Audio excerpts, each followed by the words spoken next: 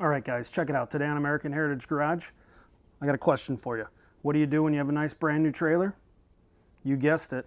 Cut holes in it, grind the paint off, and weld all over it. So what we're doing today is putting a winch receiver into the deck of the trailer that we just picked up. So we can take the winch on and off the front of the trailer. It'll be nice, kind of low to the deck of the trailer. That way, if we're pulling up lower cars, we're not going to mess up the bumper. So yeah, let's get to cutting.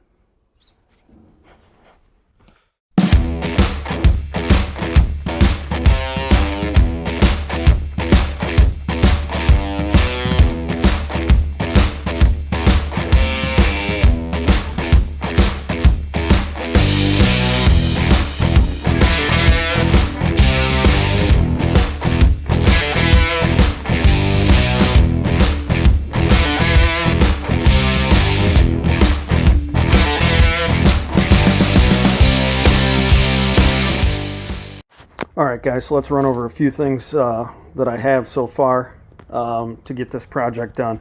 So I have this old winch. It's a worn 827.4. That's what it is, okay? Right there, 8274, serial number ED6. I don't know, yeah, you can see there, 885 is when the motor was made. This unit was sold in 86. It does work. It's beat up. It's an 8,000 pound winch, but I got it for nothing, so I can't complain. So here's how we're going to make this whole situation work. Okay, went to a local kind of farm store, and I found a winch receiver, 2-inch normal receiver, what would stick out of the back of your pickup truck or whatever. This is just an extension piece. It's bare metal. Works out perfect. I'm going to sink this into the trailer deck right up to this lip. Weld it around, weld it to the cross member. That's in there.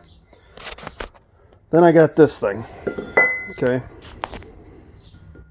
So I've had a hard time finding. Well, I didn't have a hard time finding. The place I went didn't call me back, and I was angry about it. So I had some of this stuff right here, 2-inch square. But I thought it was a little too thin, so I went and picked up an actual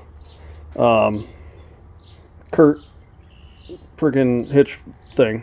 So what I'm going to do is I'm going to snip the end off here, and then I'm going to weld this onto the bottom of the winch, and I'll flip the winch over in just a second, but this will fit real nice right down into there. Let's see if I can get the camera set up and flip this winch over real quick. Okay, so I got the winch flipped over. So what is going to happen once I cut the top of this off, we'll square it all up so it's nice and true, and then this is going to get welded and gusseted to this plate that I made. It's just a nice thick piece of flat stock. Got it bolted up with some grade 8 bolts. This will get welded and gusseted to the plate, and then it'll be able to sink down into the trailer deck, something like that, and you'll be able to remove it. So let's I'm going to get to cutting and welding and doing some other stuff, and I'll get back with you.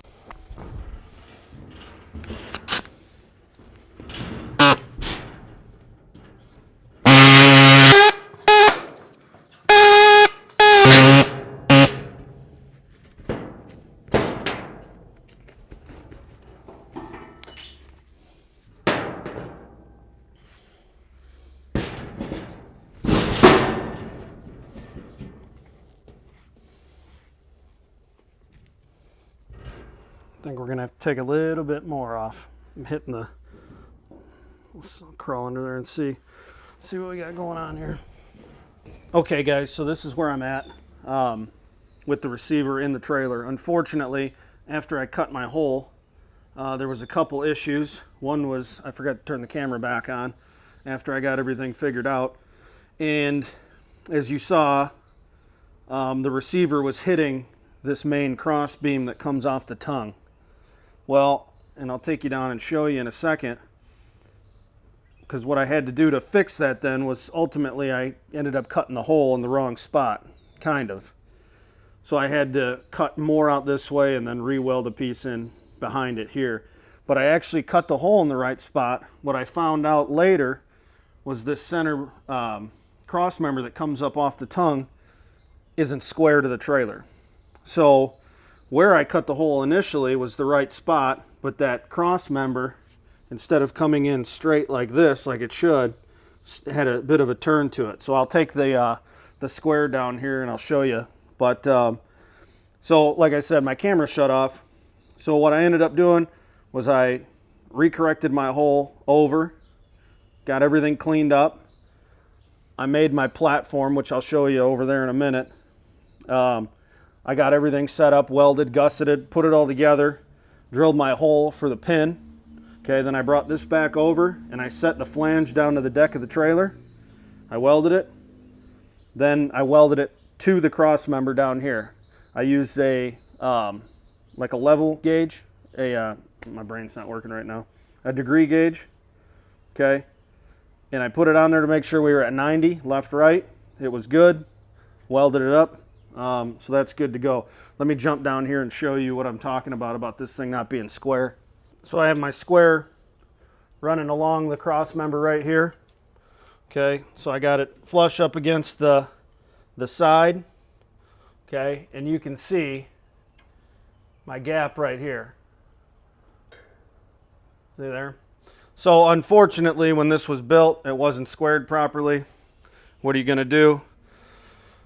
I thought it was my fault at first, but it wasn't. Let's go over and I'll show you a couple little things that I'm going to still do here with some of the wiring and stuff. So here's the base plate I made. Drilled my holes, cut it just wide enough, was able to run nuts and bolts through it. This is the portion of the actual receiver that I bought. I just cut some 2 1/4 gussets, and that's it. Welded it up. I mean, this thing's strong. This is a heavy winch. It's old, it's heavy, it's made in America, it still works, so that's good. Couple other things I need to do. Let's see if I can tilt this thing up here. So my power cables right here aren't long enough to reach the back of the pickup where my connector is going to be. So I had some other hunks of battery cable instead of going out and buying new stuff. I have a couple other hunks here that I'm just going to cut the ends off. They need to be fixed anyway. If you can see that, they're not in very great shape, falling apart. So we'll clean all this up, splice some longer sections in, so once this is mounted to the trailer, the wires off of the winch can meet the connector coming from the pickup. I'm not going to run a separate battery. I'm actually going to run off of the pickup itself. If ever I have run a different pickup with this trailer and need the winch, I'll make it to where I can still use a regular battery with it. But this being a dump truck, it has a motor on the back that runs the hydraulic pump to lift the bed up. I'm going to take 12 volts off of that. I'll find a ground wire somewhere underneath the truck. And what I found was a kit made by Warren, and it's connectors. It's ground and positive on one side, ground and positive on the other. You splice little tabs into it. You can just connect it together, unplug it. It's like a quick connect. So that's what I'm going to do with this. And then as far as my controller, okay, so when this is mounted on the trailer, this controller only runs about 10 feet. So I have another older controller with 3-wire, okay, right here, that's not in as good a shape. I'm going to snip this off, okay, and I'm going to splice it in section it into this, so I'll have about a 20-foot long, so I'll be able to almost come all the way down the trailer and possibly steer the car up or whatever needs to be done. So I'm going to do some electrical stuff, and it's super crappy and rainy out, but we'll see how this afternoon goes, and if I get my connectors finished up today. I got to get them, still waiting for them to show up. If I get those all wired up, we'll do a test run. If not, whatever, we'll do it tomorrow. Real quick, guys, just to show you underneath here. See if I can get some halfway good lighting. So here's where it comes through the deck of the trailer. Okay, this is just the receiver section that I bought at the local farm supply shop. Yeah, so it's just welded on the sides there, and then on the top and the bottom. So that thing is it's secure, not going anywhere. I just shot it with some regular farm paint. So that's that. All right, guys, so I got my connector for the winch to go to the engine battery.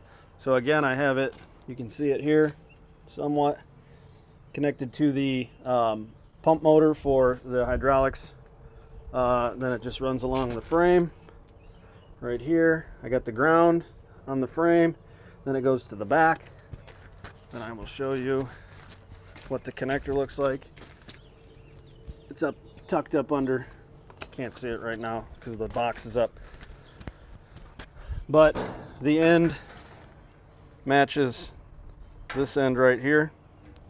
Okay, so both wires are together, come from the winch. The winch is connected to the trailer now, nice and stable. I got it run out. What I'm going to do is I'm going to turn the Jeep around, and we're going to pull the Jeep up on here and see how it goes. So give me a second and we will do that. All right, guys, so I have the Jeep pulled up to the trailer here. I got an axle strap around the axle, got the winch cinched up a little bit. Can't exactly see me, but I can almost reach the steering wheel right now. So I got this thing as long as I could. So we'll start pulling and hope that it pulls it up there without ripping the whole thing off the trailer. I think we have to start the truck. Not enough juice. Did start to push the ramps a little bit, so I'm going to back it down. See if I can get it to not do that.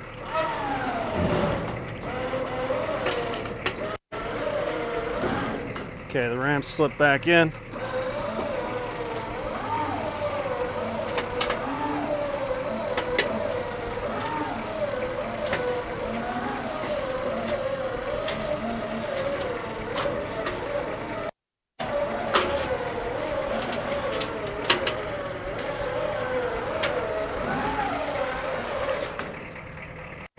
Okay, I'm gonna go check, make sure I'm going good on the other side so I don't have to steer it.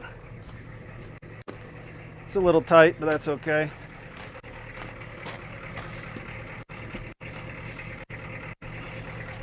Keep hoofing on it.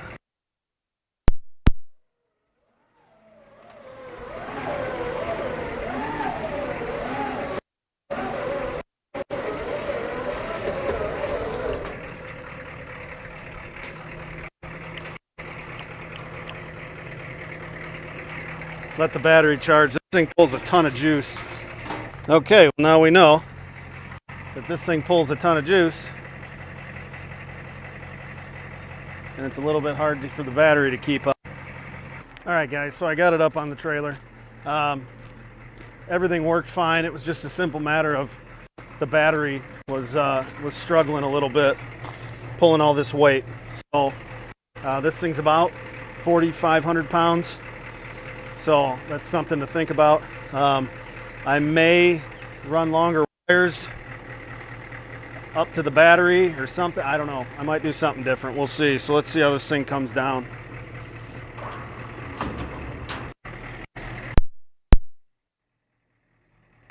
Lost battery juice again. I'm not sure if where I have this thing hooked up, either that or my connections at the winch itself aren't all that great, which they're not. So I might go ahead and fix those up.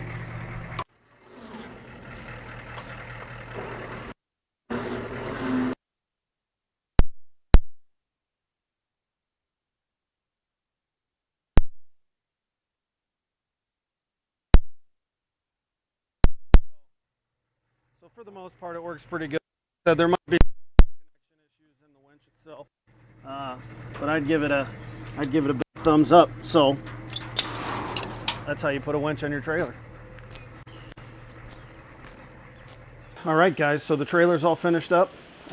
It's super crappy and raining out, so we're not outside with the trailer. But the winch is all on it. It works. We pulled up the Jeep. I had to mess around with the wiring, put some new connectors on, but overall, it wasn't a big deal. By the time you're watching this, I'll have already picked up my first car with it. It's coming down really loud right now. You can probably hear it. Anyway, if you have any questions about what I did, what stuff I used, so on and so forth, please ask in the comments. Thanks for watching. I appreciate it. Thanks for subscribing, liking, commenting. Please hit the notification bell. Please subscribe if you haven't. Blah, blah, blah. You get the deal, right? Got a lot of stuff coming up here.